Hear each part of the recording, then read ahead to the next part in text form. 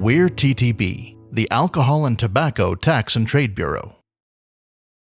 Hello, and thank you for joining me today for TTB's Bootcamp webinar series for brewers. This is part 6, Beyond Traditional Beers, Low No Alcohol Beer, Hard Seltzers, and Hard Kombuchas. My name is Chris Tiemann, and I'm a Program Manager in TTB's Regulations and Rulings Division. I'm happy to be with you today. Before we jump in, I'll pause a few moments to allow you to read our disclaimer. This disclaimer basically tells you we're not here to establish any new guidance today or set forth any policy. If I happen to say something incorrectly or that is contrary to the laws and regulations administered by TTB, it is the laws and regulations that supersede anything I tell you today. In addition, if this presentation is on our website for a length of time, you might want to watch it again. There is a chance that any information I'm sharing with you could be superseded and become outdated. So always consult the most recent regulations. So we'll begin by talking about low and no alcohol beers and malt beverages. In this first part of the session, we'll cover some definitions, the basics, formula and label requirements, specific labeling terms, COLAs and certificates of exemption, and advertising and trade practices. And then we'll be moving on to hard seltzers and hard kombucha. So starting off with some definitions about these products. As you may know, TTB regulates under several different statutes, primarily the Internal Revenue Code and the Federal Alcohol Administration Act. The IRC, as we call the Internal Revenue Code, and the FAA Act have slightly different definitions for what they call beer or malt beverages. So I'll be going over those to show you a little bit of the differences. So importantly, under the Internal Revenue Code, beer is considered beer, ale, porter, stout, or other similar fermented beverages, including sake and similar products, though we won't be covering those in this presentation, of any name or description, that contain 1/2 of 1% or more alcohol by volume and are brewed or produced from malt, wholly in part, or from any substitute for malt. Substitutes for malt include things like rice, grain of any kind, bran, glucose, sugar, and molasses. Now, under the Internal Revenue Code, there's a category of beverages called cereal beverages. And these are beverages produced either wholly or in part from malt or a substitute for malt. They can be fermented or unfermented, which contain, when ready for consumption, less than 1/2 of 1% alcohol by volume. And again, those same substitutes for malt apply here. Now, looking at the Federal Alcohol Administration Act, under the FAA Act, we have a definition for a product called malt beverage. And a malt beverage is a beverage made by alcoholic fermentation, and it can be of an infusion or decoction or combination of both in brewing water of malted barley with hops, or their parts or their products, with or without other malted cereals, with or without other carbohydrates or products prepared therefrom, and with or without the addition of carbon dioxide, and with or without other wholesome products suitable for human food consumption. So the important part here is that to be a malt beverage under the Federal Alcohol Administration Act, it must be produced with both malted barley and hops. If it doesn't have both of those things, it's not a malt beverage under the FAA Act.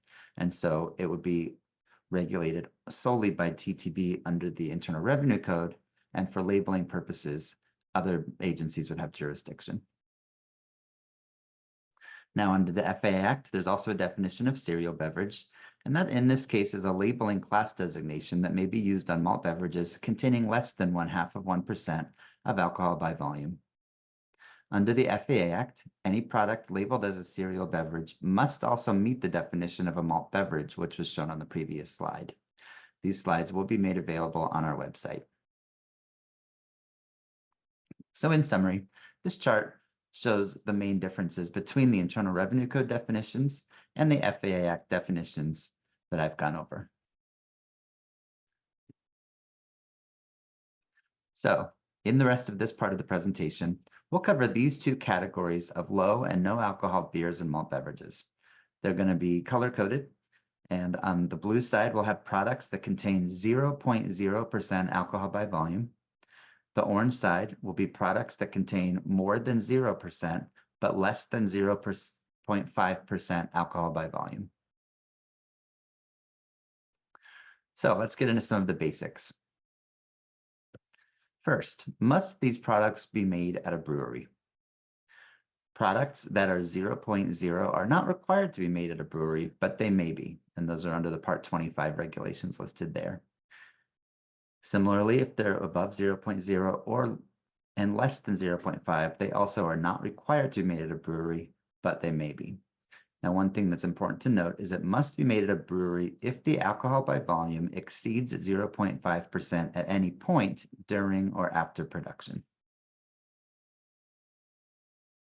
From this point on, the remaining slides in this presentation will only address products that are made at a domestic brewery by fermentation with both malted barley and hops, which means they do meet that definition of a malt beverage under the FAA Act. So how do we refer to these products in Part 25? In both cases, as I mentioned, under those Internal Revenue Code regulations, the products are referred to as cereal beverage.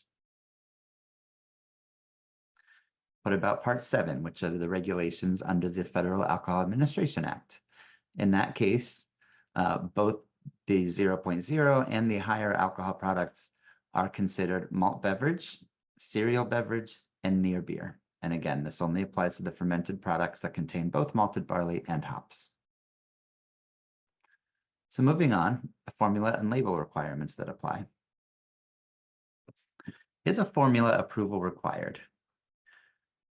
So for products that are 0.0 alcohol by volume, a formula approval is required before the product can be bottled and removed from the brewery. And a sample analysis by TTB's laboratory is also required.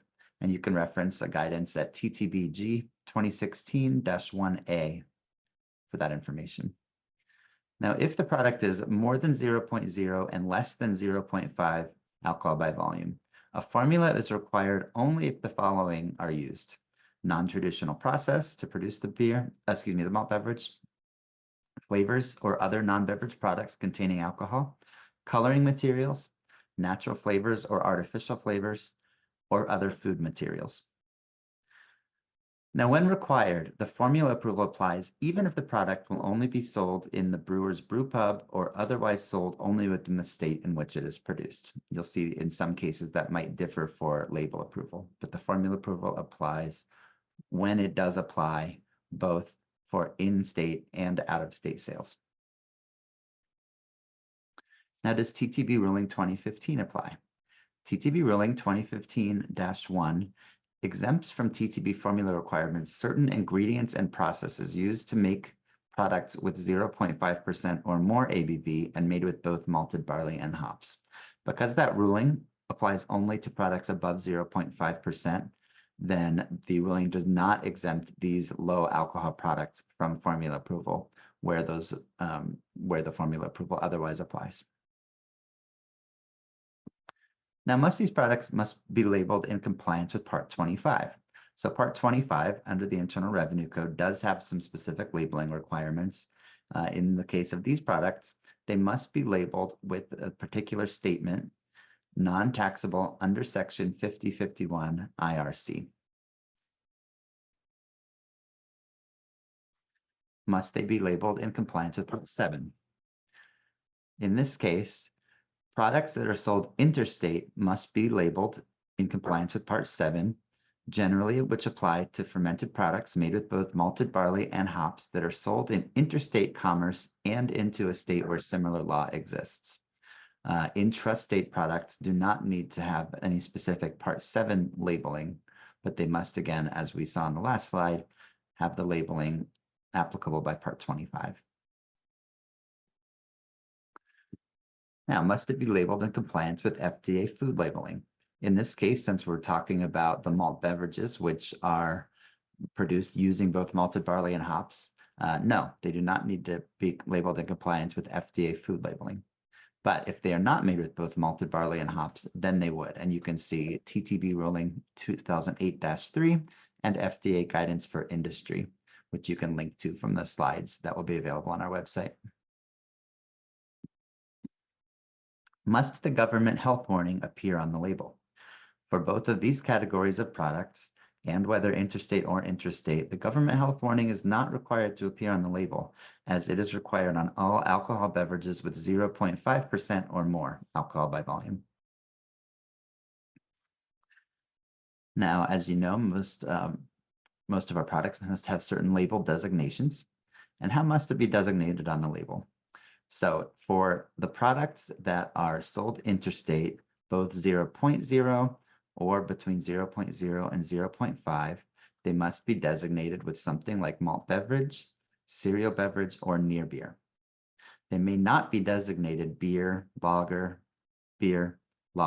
ale, porter, or stout.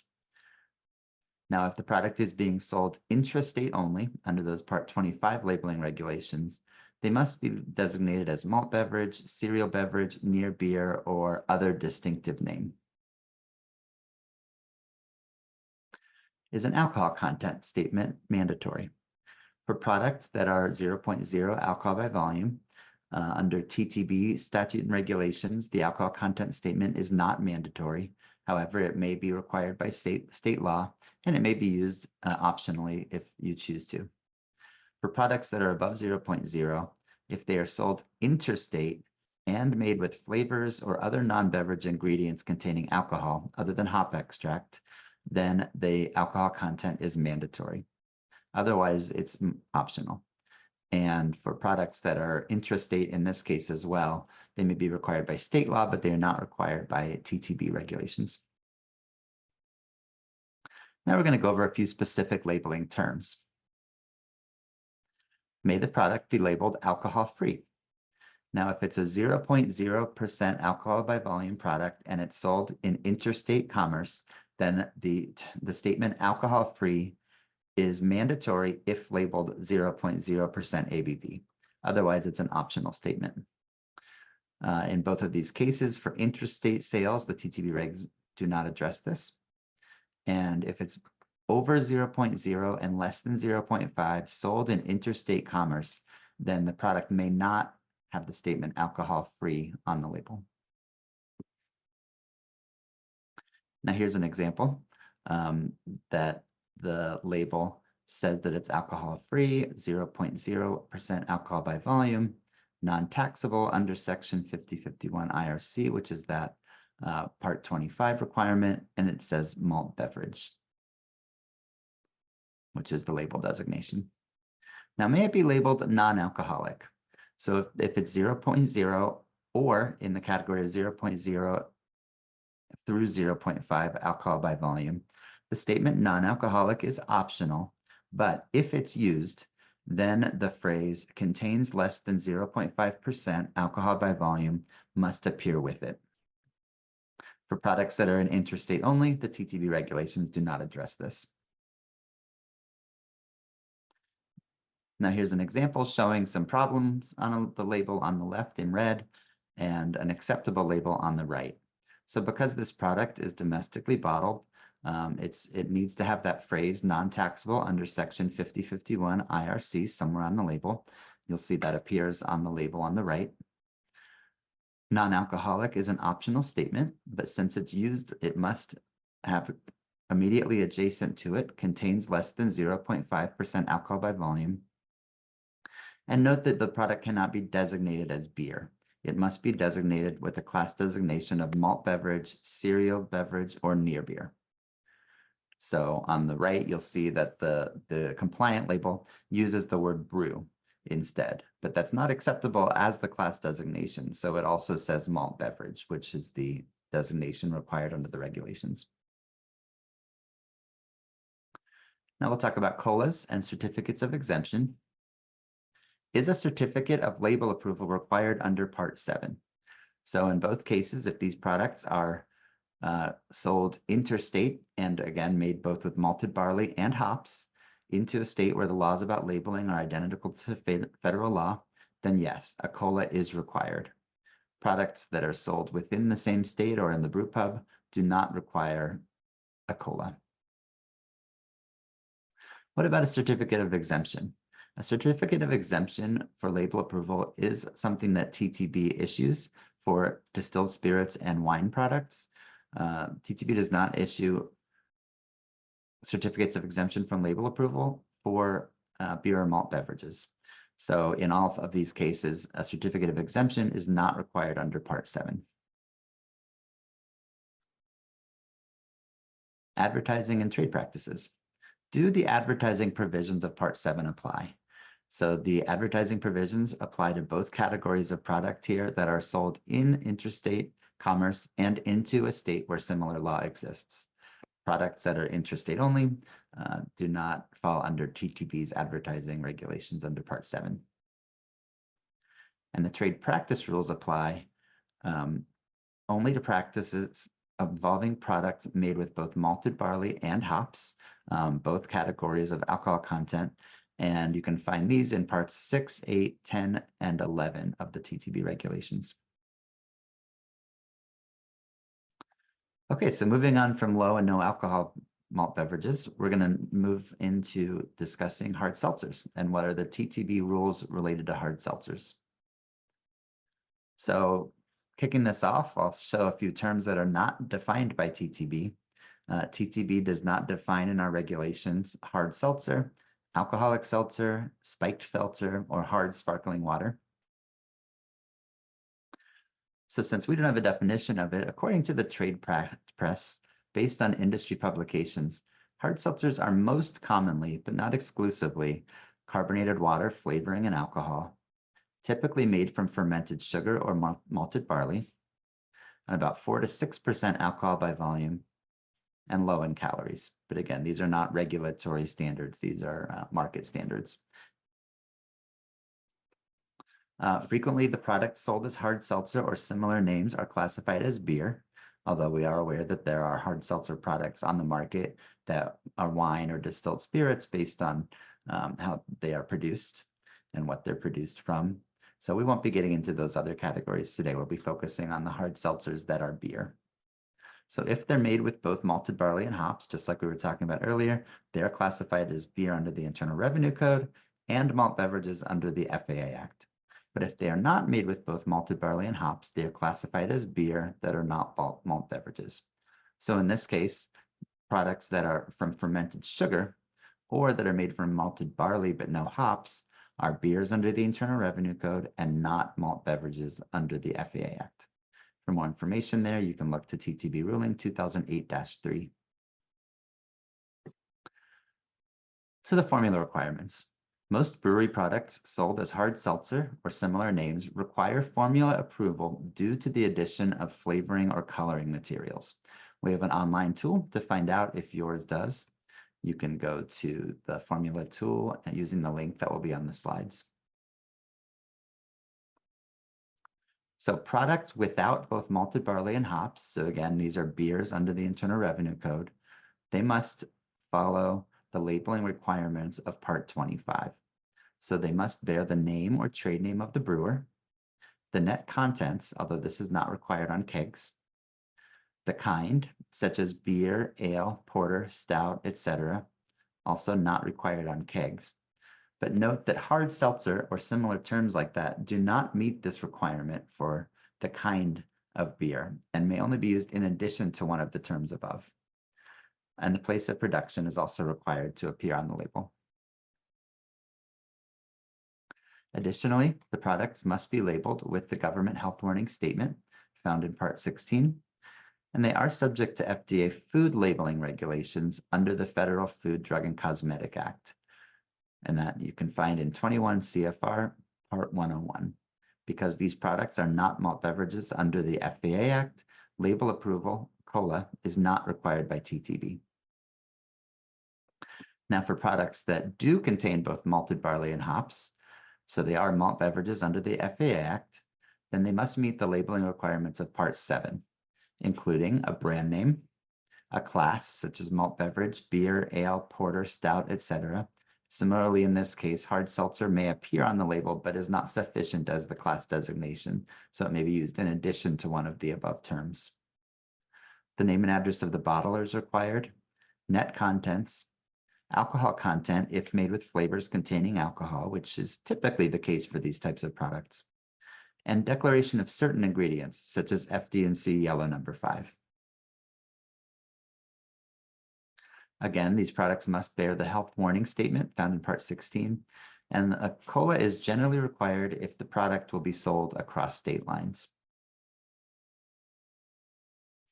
And then moving on to the last category of product for today, which is hard kombuchas. What are the TTB rules? Just like our last category, the TTB regulations do not specifically define the terms kombucha or hard kombucha. So looking again to industry press, kombucha generally refers to a fermented product produced from a mixture of steeped tea and sugar combined with a culture of yeast strains and bacteria. It may contain fruit juice or other flavors added during production. And hard kombucha generally refers to kombucha with a higher alcohol content than traditional kombucha. So when does the TTB regulate kombucha? As you know, sugar with yeast makes alcohol and carbon dioxide. The alcohol content may reach or exceed 0.5% by volume during fermentation. So the TTB regulations apply to any kombucha that has greater or equal to 0.5 alcohol by volume anytime during production, at bottling, or any point afterwards as a result of continued fermentation in the bottle. Now, how do we classify these products? Kombucha and hard kombucha are not defined classes. They will be classified depending on the ingredients and method of production. Most hard kombucha that is produced with an alcohol by volume of greater than or equal to 0.5% using sugar, tea, SCOBY, and water will fall under the IRC definition of a beer. Hard kombuchas can be classified as wine or spirits, respectively, if they are fermented from winemaking materials or are distilled. Now, what does it mean when we say anytime during production? So if the kombucha reaches the 0.5 alcohol by volume at any point, regardless of the alcohol content of the finished product, it must be produced on TTB qualified premises. So for example, if it's fermented to at or above 0.5% and then dealcoholized by vacuum distillation, or if it's fermented and then finished with juices that bring the alcohol back down below 0.5%, or blending of kombuchas that would bring the alcohol below 0.5% alcohol by volume. Even though the finished product might not be above or equal to 0.5%, because it was at some point, it falls under the TTB regulations. And then what about continued fermentation that occurs when the product is in the marketplace? It's important to note that the producers bear the responsibility for their product in the marketplace. So TTB regulations do apply to any kombucha that has less than 0.5 alcohol by volume when bottled, but the alcohol content increases to 0.5 or more alcohol by volume at any point afterwards as a result of continued fermentation in the bottle. So most brewery products sold as hard kombucha require formula approval due to the addition of flavoring or coloring materials.